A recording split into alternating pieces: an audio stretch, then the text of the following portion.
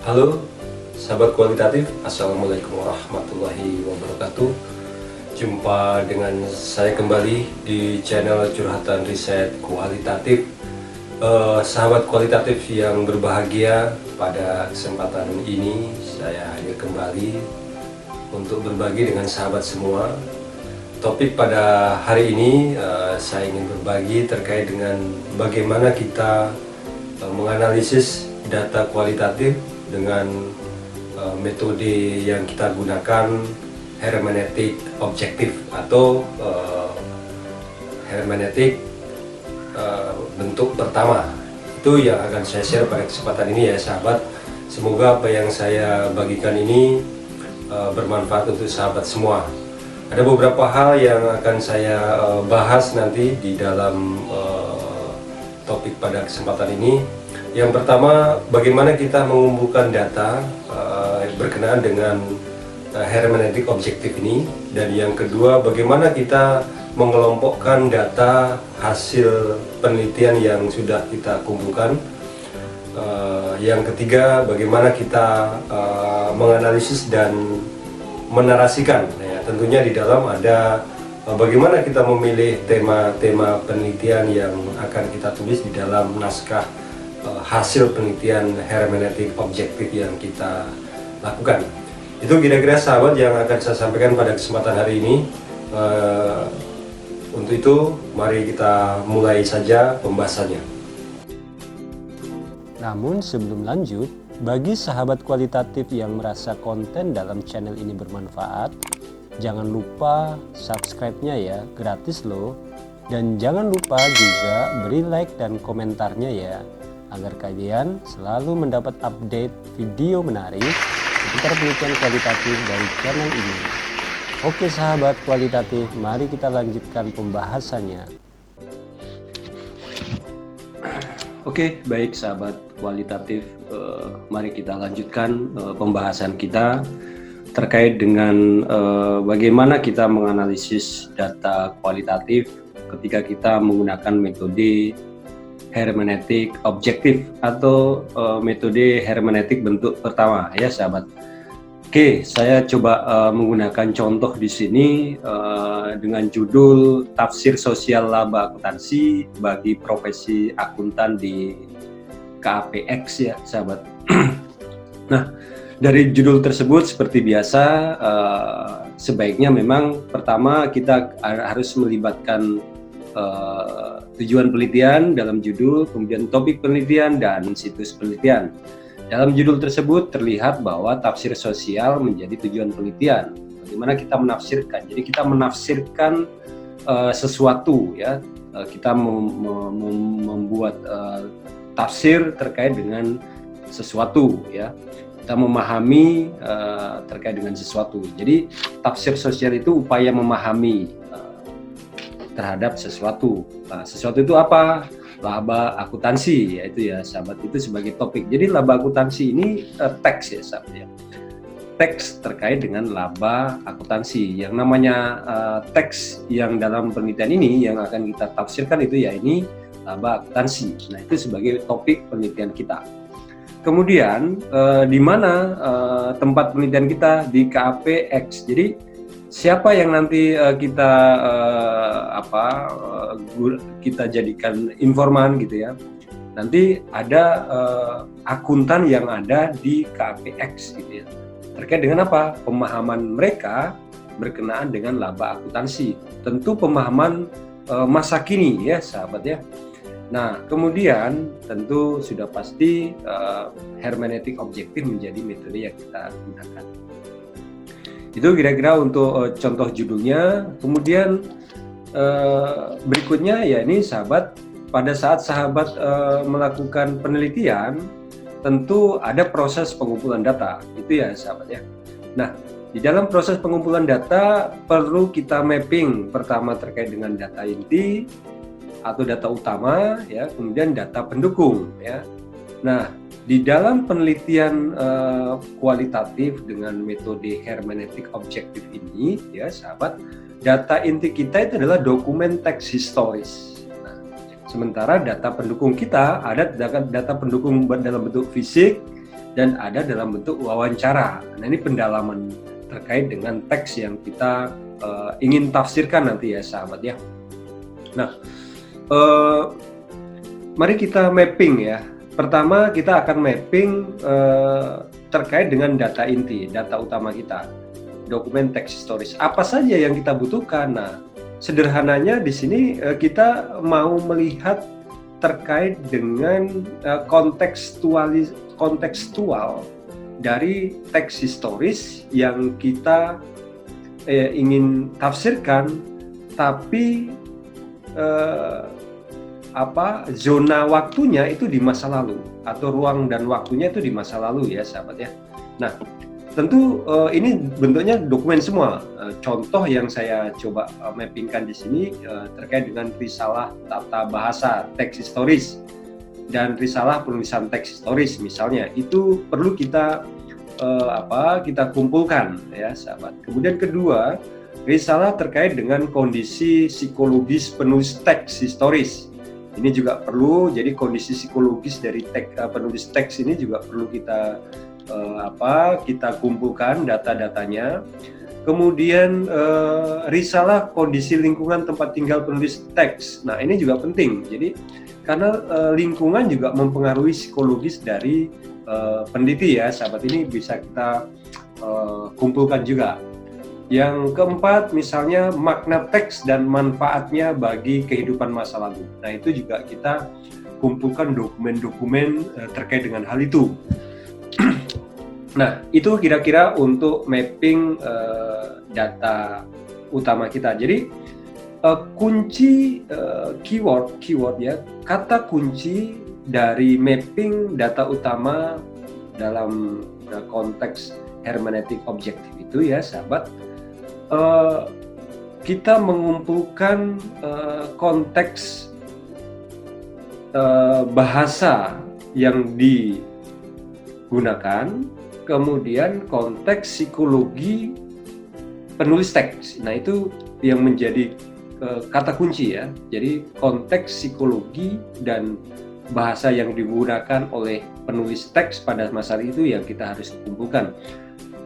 Kemudian juga terkait dengan makna tentu. Makna apa yang waktu itu dimaksudkan oleh penulis atau oleh pengarang, dan apa manfaatnya bagi kehidupan masa lalu, itu yang menjadi kata kunci di dalam kita mapping kebutuhan dokumen teks historis sebagai data utama kita. Nah, itu yang harus kita kumpulkan.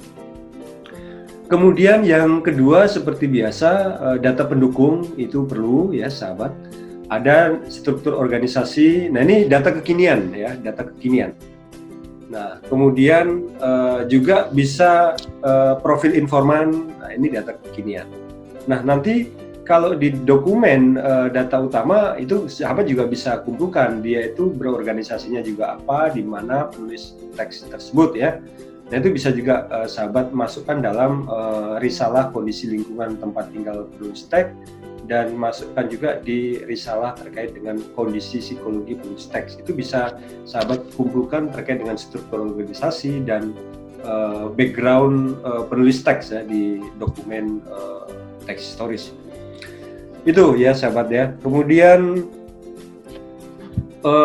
terkait dengan data dokumen pendukung, ini juga sahabat perlu kumpulkan ya, struktur organisasi, profil informan, tapi di masa kini, yaitu di masa yang sekarang sahabat mau teliti, di mana informan itu ada, kemudian berorganisasi di mana. Nah, itu sahabat bisa kumpulkan data-data fisiknya dalam bentuk dokumen ya sahabat ya. Kemudian sahabat juga perlu melakukan pengumpulan data dengan cara wawancara. Nah, ini untuk apa? Untuk pendalaman sebenarnya ya sahabat. Jadi nanti memudahkan sahabat pada saat ingin menafsirkan. Jadi pendalaman terkait dengan makna teks dalam konteks kekinian. Nah, sehingga nanti sahabat akan lebih mudah gitu ya ketika menafsirkan teks yang sahabat ingin tafsirkan sebagai peneliti. Nah, mapping wawancaranya tentu ada beberapa hal yang harus sahabat pertimbangkan. Pertama tentu terkait dengan pemahaman, terkait dengan makna, dan terkait dengan pengaruh dari teks ya dalam kehidupan informan saat ini. Nah, apa yang bisa kita mapping di wawancara ini? Yang pertama, misalnya kita perlu pertanyakan terkait dengan apa pemahaman akuntan terkait laba akuntansi. Nanti konteksnya silakan kalau sahabat meneliti apa saja, konteksnya ya disesuaikan. Terkaitnya terkait apa gitu ya, sahabat. Kemudian yang kedua, apa makna laba akuntansi bagi akuntan? Nah, ini yang kira-kira perlu kita gali juga, kita dalami dari mereka. Kemudian yang ketiga, berapa besar atau berapa pentingkah pengaruh laba akuntansi dalam kehidupan akuntan? Nah, ini kira-kira yang sahabat perlu gali ya, sahabat, sehingga nanti dengan penggalian ini harapannya sahabat akan lebih mudah ketika menafsirkan teks historis yang ingin sahabat tafsirkan. Itu untuk mapping wawancaranya, dan selanjutnya ya tentu sahabat harus melakukan pengumpulan data utama dan pengumpulan data pendukung ya. Ya tinggal selanjutnya sahabat jalankan bagaimana proses penelitiannya ya, seperti sudah di mapping tadi, tinggal sahabat lakukan step by step-nya. Itu ya untuk pengumpulan data dan proses penelitian di lapangan. Kemudian berikutnya ya sahabat, ceritanya data sudah terkumpul. Nah, ada data utama, ada data wawancara, dan termasuk ada data dokumen, data pendukung ya sahabat ya. Data wawancara juga data pendukung dalam konteks hermeneutik objektif ini. Nah, tentu sahabat harus mulai memilah-milah gitu ya, mengelompokkan. Jadi nanti kita masuk di data utama dulu. Nah, kan sudah ada mappingnya, tinggal sahabat kelompokkan ke dalam beberapa risalah ini, tinggal dikelompok-kelompokkan. Nah, sesuaikan saja ya kelompoknya gitu ya. Kemudian khusus untuk data wawancara. Nah, wawancara ini kan tetap sahabat harus transkrip ya kira-kira hasil wawancara itu. Kemudian kelompokkan ke dalam pertanyaan. Nah, pertanyaan ini kemudian koneksikan atau hubungkan dengan data utama. Jadi dukungkan ke masing-masing data utama. Nanti ada buat tabel aja juga boleh sahabat ya. Tabel pertama itu data utama, tabel kedua data wawancara, tabel ketiga bisa dokumen pendukung ya. Itu data-data seperti struktur organisasi, kemudian profil informan, nanti bisa didukungkan di tabel ketiga. Jadi ada misalnya 3 tabel. Nah, kemudian dikoneksikan. Nah, gitu ya sahabat. Mana yang mendukung mana gitu ya sahabat. Misalnya transkrip mana yang perlu dikelompokkan ke dalam apa pemahaman akuntan terkait dengan laba akuntansi. Jadi kelompokkan ke sana semua. Kata-kata, kemudian istilah yang berhubungan dengan pemahaman akuntan terhadap laba akuntansi masukkan di kelompok 1. Begitu juga dengan kelompok 2, apa makna laba akuntansi, masukkan ya di sana. Kemudian berapa penting pengaruh laba akuntansi dalam kehidupan akuntan, itu kelompokkan juga. Nah, data pendukungnya juga kelompokkan ke dalam kolom-kolom bagian-bagian ini ya, itu ya sahabat bisa dilakukan seperti itu. Nah, ini sudah siap. Setelah sahabat sudah kelompokkan seperti ini, maka langkah selanjutnya tinggal bagaimana sahabat menganalisis data dan menarasikannya ya sahabat. Itu kira-kira. Jadi di fase pengelompokan ini berhenti di situ ya sahabat. Nah, di sini tinggal kerja teliti sahabat aja ya itu untuk mengelompokkan ini gitu ya. Nah, sampai di sini kira-kira ketika sahabat setelah data terkumpul apa yang sahabat harus lakukan gitu ya. Kemudian setelah data sudah sahabat kelompokkan seperti tadi, maka berikutnya sahabat harus menentukan tema. Nah, tema-tema di dalam penulisan hasil penelitian sahabat dengan metode hermeneutik objektif gitu ya sahabat. Nah, ada 3 rekomendasi tema. Jadi untuk membentuk rekomendasi berkenaan dengan kebaikan pemaknaan, kebaikan penafsiran atau tafsir yang baik itu bisa dibentuk oleh 3 kesadaran ya sahabat ya. Yaitu apa? Pertama kesadaran historis gitu ya sahabat. Kemudian kesadaran eidetik dan ketiga kesadaran praktis. Nah, kesadaran historis itu terkait dengan apa? Terkait dengan penjelasan makna laba akuntansi bagi kehidupan akuntan di masa lalu. Nah, ya. Itu kesadaran historis. Nah, kemudian kesadaran eidetik itu menjelaskan makna laba dalam kehidupan hari ini dan apakah itu logis. Nah, disitulah kemudian sahabat harus nanti menarasikan, jadi memberikan penjelasan terkait dengan itu gitu ya. Nah, yang ketiga kesadaran praksis. Dalam praksis itu bagaimana makna-makna itu tidak menjadi wacana saja, tetapi harus menjadi apa? Konsep atau teori atau konsep dalam melakukan tindakan khususnya untuk mewujudkan kesempurnaan hidup manusia. Nah, kesempurnaan hidup manusia itu seperti apa? Jadi makna teks tersebut harus memberikan motivasi, memberikan dorongan atau memicu tindakan yang konstruktif dalam apa? Dalam kemajuan sosial, lingkungan dan ekonomi di kehidupan manusia, khususnya ya tentu kalau konteksnya di sini contohnya akuntan ya dalam kehidupan sosial, ekonomi dan lingkungan akuntan ya, itu ya sahabat kira-kira yang harus kita justifikasi sampai ke sana. Jadi seperti saya sudah sampaikan di video saya sebelumnya terkait dengan penjelasan konseptual atau teoritis terkait dengan hermeneutik objektif. Nah, ini kira-kira bentuknya ya, bentuk analisisnya gitu ya kira-kira seperti itu. Jadi sahabat bisa menjustifikasi seperti ini gitu ya. Nah, tentu subtema ini harus ada sumbernya gitu ya sahabat ya. Tema 1 kita ambil sumbernya dari dokumen teks historis. Jadi dari dokumen teks historis itu sahabat bisa mengambil tema satunya, karena akan ada narasi ya, penjelasan di sana juga ya sahabat ya. Kemudian tema 2 sahabat ambil dari kontekstual pemahaman akuntan terkait dengan laba akuntansi.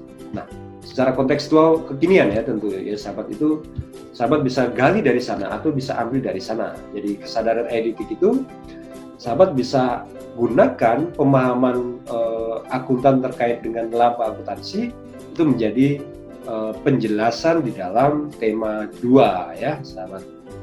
Kemudian sumber tema 3 ya sahabat terkait dengan tafsir sosial peneliti berkenaan laba akuntansi ya dalam kehidupan sosial akuntan. Nah, itu sahabat bisa ambil dari situ, bisa gali dari situ ya, sumber tema 3 terkait dengan kesadaran praksis ya. Jadi kesadaran praksis ini sebenarnya sudah menjadi ranah sahabat dalam menarasikan. Maksudnya di sini sudah masuk poin besarnya dalam penulisan hasil penelitian dengan hermeneutik objektif ini. Jadi disinilah sahabat dibutuhkan untuk memberikan justifikasi, memberikan tafsir yang sahabat ingin tafsirkan ya. Nah, disinilah peran sahabat dibutuhkan gitu ya. Nah, kesadaran praksis ini tentu yang sudah saya sampaikan, bagaimana makna teks itu bisa menjadi konsep dan teori dalam tindakan sosial untuk mewujudkan kesempurnaan hidup manusia. Nah, itu menjadi tema 3 ya, sumbernya dari tafsir sosial peneliti. Jadi peneliti yang akan membuat tafsiran di sini terkait dengan teks historis yang sahabat ingin tafsirkan. Nah, eh, mari kita dari tema 1 ya. Nah, tema 1 ini bisa sahabat buat 1 bab juga boleh, bisa buat lebih dari 1 bab juga boleh, silakan ya. Itu bebas gitu ya sahabat ya. Ada narasi 1 ya, sahabat perlu buat ceritanya atau tulis ceritanya terkait dengan risalah tata bahasa teks laba akuntansi dan risalah penulisan laba akuntansi di masa lalu. Nah, ini sahabat ceritakan tentang risalah tata bahasa dan risalah penulisan laba akuntansi di masa lalu. Nah, itu yang harus sahabat narasikan di narasi pertama. Kemudian narasi kedua terkait dengan kondisi psikologi penulis laba akuntansi. Jadi juga sahabat ceritakan juga terkait dengan kondisi psikologi penulis laba akuntansi. Nah, data-datanya sahabat sudah kumpulkan di awal dan sudah dikelompokkan dan ambil dari situ sebagai data yang menguatkan cerita sahabat di dalam narasi 1 dan narasi 2 di tema 1 ini ya sahabat ya. Kemudian ada narasi 3 tentang apa? Risalah kondisi lingkungan tempat tinggal penulis laba akuntansi masa lalu ya sahabat tentunya. Nah, ini perlu juga sahabat ceritakan terkait dengan kondisi lingkungan tempat tinggal penulis pada saat itu. Gimana ceritanya? Nah, yang terakhir perlu sahabat ceritakan juga terkait dengan apa sih makna laba akuntansi pada saat itu dan bagaimana kaitannya dan apa yang dipengaruhi oleh makna ini di dalam kehidupan akuntan di masa lalu. Nah, itu sahabat perlu ceritakan juga ya perubahan-perubahan dari penggunaan makna laba akuntansi masa lalu itu ya sahabat. Nah, itu kira-kira sahabat perlu ceritakan di di konteks kesadaran historis dari dari dokumen-dokumen yang sudah sahabat kumpulkan ya, dokumen-dokumen historis yang sahabat kumpulkan. Nah, itu sahabat bisa ceritakan di situ masing-masing narasi bisa sahabat ceritakan sebagaimana mestinya. Lebih detail akan lebih bagus ya sahabat dalam menceritakan kondisi-kondisi tersebut ya. Kemudian di tema 2 ada kesadaran terkait dengan penjelasan makna akuntansi dan apakah memang seperti itu rasionalitasnya. Nah, itu ada 4 narasi juga yang sahabat sebaiknya ceritakan. Yang pertama terkait dengan cerita pemahaman laba akuntansi bagi akuntan masa kini. Nah, sahabat jelaskan di situ. Kemudian justifikasi ya, sehingga dia bahwa itu memang rasional dan itulah yang terjadi, yaitu itu kira-kira ya sahabat yang harus sahabat ceritakan di dalam narasi 1 ya. Kemudian di narasi 2 sahabat bisa juga ceritakan terkait dengan penjelasan atau kontekstualisasi makna laba akuntansi bagi akuntan masa kini. Jadi juga sahabat perlu ceritakan penjelasan dan rasionalitas atau rasionalisasinya berkenaan dengan laba akuntansi, makna laba akuntansi bagi akuntan masa kini. Nah, itu juga sahabat perlu jelaskan ya, ceritakan saja itu apa adanya ya. Nah, data-datanya seperti biasa juga sahabat ambilkan dari pengelompokan data sebelumnya ya, itu sebagai data pendukung supaya cerita sahabat itu kuat gitu ya. Itu yang penting sih gitu ya. Kemudian berikutnya penjelasan dan rasionalisasi besar dan pentingnya pengaruh laba akuntansi dalam kehidupan akuntan. Nah, itu sahabat juga harus ceritakan, narasikan gitu ya. Kemudian dukungkan data-data baik dokumen dan data wawancaranya berkenaan dengan penjelasan dan rasionalitas atau rasionalisasi besar dan pentingnya pengaruh laba akuntansi terhadap kehidupan akuntan. Nah, itu di situ ya. Kemudian yang narasi 4 ya terkait dengan makna laba akuntan sebagai konsep dan teori untuk kesempurnaan hidup akuntan di masa kini. Jadi di sini juga sahabat perlu ceritakan terkait dengan apa makna atau tafsir terkait dengan laba akuntansi bagi kehidupan akuntan masa kini. Nah, itu sahabat bisa ceritakan di narasi keempat ya, kira-kira ini menjadi narasi terakhir di tema 2. Nah, kemudian yang selanjutnya, nah di sini ada sahabat harus membuat tafsir ya dari dua subtema tadi, dua tema tadi. Sahabat harus membuat narasi terkait dengan makna laba akuntansi untuk kesejahteraan akuntan. Nah, ini konteksnya konteks ekonomi. Nah, gitu ya sahabat. Itu yang perlu sahabat tafsirkan. Jadi, bagaimana tafsir sosial laba akuntansi berkaitan dengan kehidupan ekonomi akuntan ya, dalam konteks kesejahteraan tentu, dan kebahagiaan akuntan di dalam menjalani kehidupannya. Nah, itu sahabat perlu tafsirkan maknanya ya, apa yang menjadi makna di sana. Kemudian yang kedua, sahabat juga perlu tafsirkan teks terkait dengan laba akuntansi berkaitan dengan kemajuan sosial akuntan ya. Apa yang bisa dipengaruhi, apa yang kemudian mempengaruhi kemajuan sosial akuntan. Nah, konteks tentu makna laba akuntansi tersebut ya, sahabat ya. Nah, itu sahabat perlu tafsirkan di situ. Nah, disinilah penafsiran. Yang ketiga, tafsir yang ketiga yang perlu sahabat lakukan adalah terkait dengan kemajuan lingkungan. Nah, jadi makna laba akuntansi, apa tafsir sosialnya dikaitkan dengan kemajuan lingkungan akuntan. Nah, ini 3 tafsir penting yang harus sahabat lakukan, kemudian akan membentuk yang namanya apa? Tafsir yang dapat memotivasi bagi akuntan ya untuk kesempurnaan hidupnya di masa kini dan masa yang akan datang.